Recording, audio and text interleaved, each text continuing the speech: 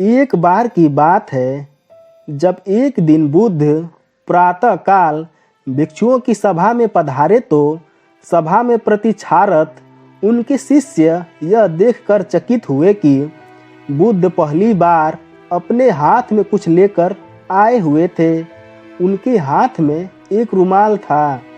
बुद्ध के हाथ में रुमाल देखकर सभी समझ गए कि इसका कुछ विशेष प्रयोजन होगा।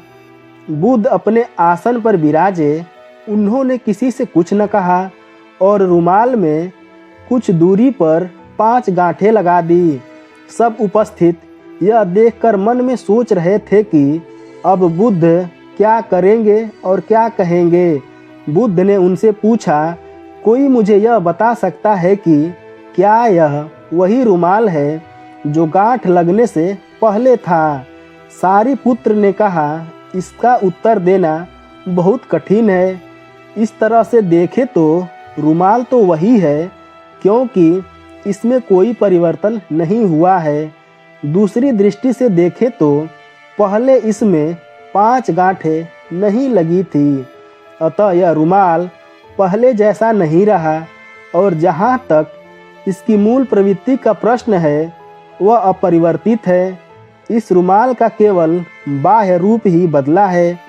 इसका पदार्थ और इसकी मात्रा वही है। बुद्ध बोले, तुम सही कह रहे हो सारीपुत्र। अब मैं इन गांठों को खोल देता हूँ।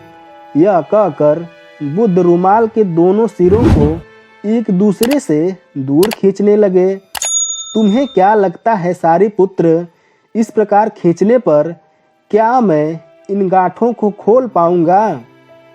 सारीपुत्र ने कहा, नहीं तथागत, इस प्रकार तो आप इन गांठों को और अधिक सघन और सूक्ष्म बना देंगे और ये भी कभी नहीं खुलेंगी। सारीपुत्र ने कहा। फिर बुद्ध बोले, ठीक है, अब तुम मेरे अंतिम प्रश्न का उत्तर दो कि इन गांठों को खोलने के लिए मुझे क्या करना चाहिए? सारीपुत्र ने कहा, तथागत, इसके लिए मुझे सर्वप्रथम निकटता से यह देखना होगा कि यह गांठें कैसे लगाई गई हैं। इसका ज्ञान किए बिना मैं इन्हें खोलने का उपाय नहीं बता सकता। बुद्ध बोले, तुम सत्य कहते हो सारीपुत्र, तुम धन्य हो, क्योंकि यह जानना सबसे आवश्यक है कि आधारभूत प्रश्न यही है। जिस समस्या में तुम पड़े हो उससे बाहर निकलने के लिए यह जानना बहुत जरूरी है कि तुम उससे ग्रस्त क्यों हुए। यदि तुम यह बुनियादी व मौलिक परीक्षण नहीं करोगे तो संकट अधिक ही गहराएगा। लेकिन विश्व में सभी ऐसा ही कर रहे हैं।